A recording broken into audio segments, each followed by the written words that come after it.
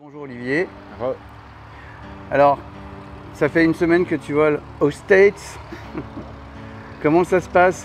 Voler aux États-Unis, ça change un petit peu. Tu voles un petit peu partout en Europe. Mais bon, comment ça se passe le vol ici? Le vol en soi ici, voler aux États-Unis, c'est assez simple. C'est beaucoup plus simple que chez nous en Europe, France, Belgique, Allemagne.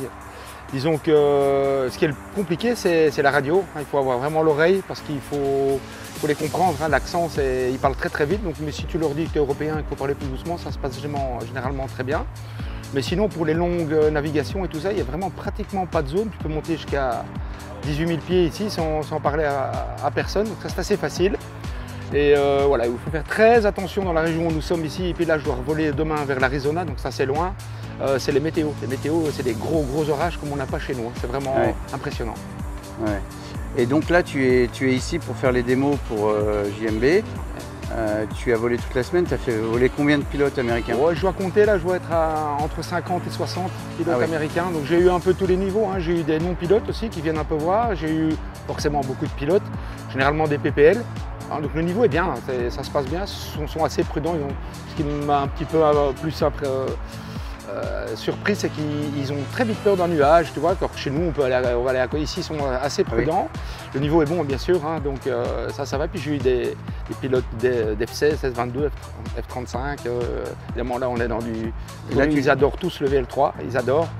Et tu les reconnais tout de suite, les pilotes? Je le sens tout de suite. Parfois, ils sont assez humbles, ils disent rien. Et puis, après 2 minutes de vol, je dis, toi, tu es un pilote militaire. Ouais, non, mais ça se passe bien. C'est très amusant. J'apprends beaucoup également aussi. Donc, on n'a jamais fini d'apprendre. Donc, voilà, ça fait 6 ans que je vole pour JMB aux États-Unis. Donc, voilà, chaque année, j'apprends. Et voilà, c'est un plaisir.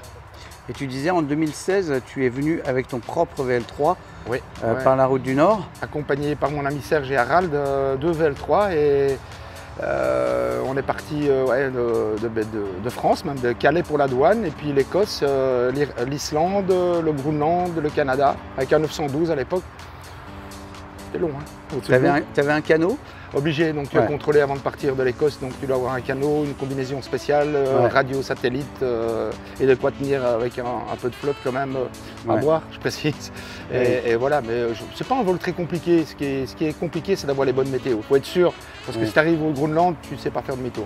Donc la météo change très vite là-bas. Oui, puis ça doit être un petit peu angoissant d'être au-dessus de la mer glacée. Oui, ça l'est, ça dure 1 heure. Après 1 heure, tu te dis, c'est trop tard, là, j'y suis, donc je continue. Donc le moindre petit bruit dans ton moteur, tu te dis, qu'est-ce qui se passe? Et puis tu ne peux pas monter très haut non plus. Donc ouais, c'est stressant, mais bon, comme on dit toujours, le moteur, il ne sait pas qu'il est au-dessus de l'eau. Mais voilà, mais le pilote bien. Donc voilà, je ne suis pas fan de faire ça, mais bon, voilà, il fallait le faire, c'est super sympa. Et alors pour voler ici avec le VL3 qui est en mode expérimental, toi, tu as quel brevet? Donc moi j'ai le brevet CPL IFR américain, donc où j'ai dû quand même démontrer que j'étais en ordre de tout, médical, licence et également mon renouvellement tous les 2 ans que j'avais pas avant de commencer. Donc j'ai dû trouver un instructeur ici qui m'a fait faire mon check IFR.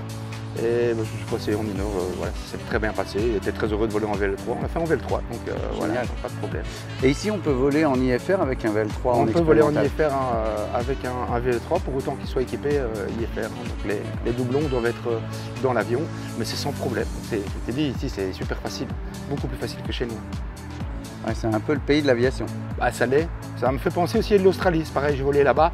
C'est fait pour nous en fait, c'est ça qui est génial et on a un peu le sentiment nous quand on retourne dans nos pays respectifs, moi la Belgique, toi la France, on a l'impression d'être, surtout je veux dire en Belgique, on a envie de, je sais pas, on est en train de tuer cette petite aviation là, à nous mettre des contraintes partout alors qu'ici c'est vraiment la liberté et la sécurité elle est là quand même, faut pas croire.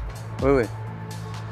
Écoute Olivier, merci et puis encore bravo pour le raid Mermoz. Merci. Vous avez eu, je crois que ça a été nickel. C'est le plus beau raid qu'on a effectué jusqu'à présent. Ça va être difficile de faire mieux pour l'édition, on l'espère. Mais on a déjà beaucoup de demandes pour l'édition 2023. Ça va être, on vous donnera plus d'infos là. On va faire des petits changements, ça va être sympa. Génial. Merci Olivier. Ciao.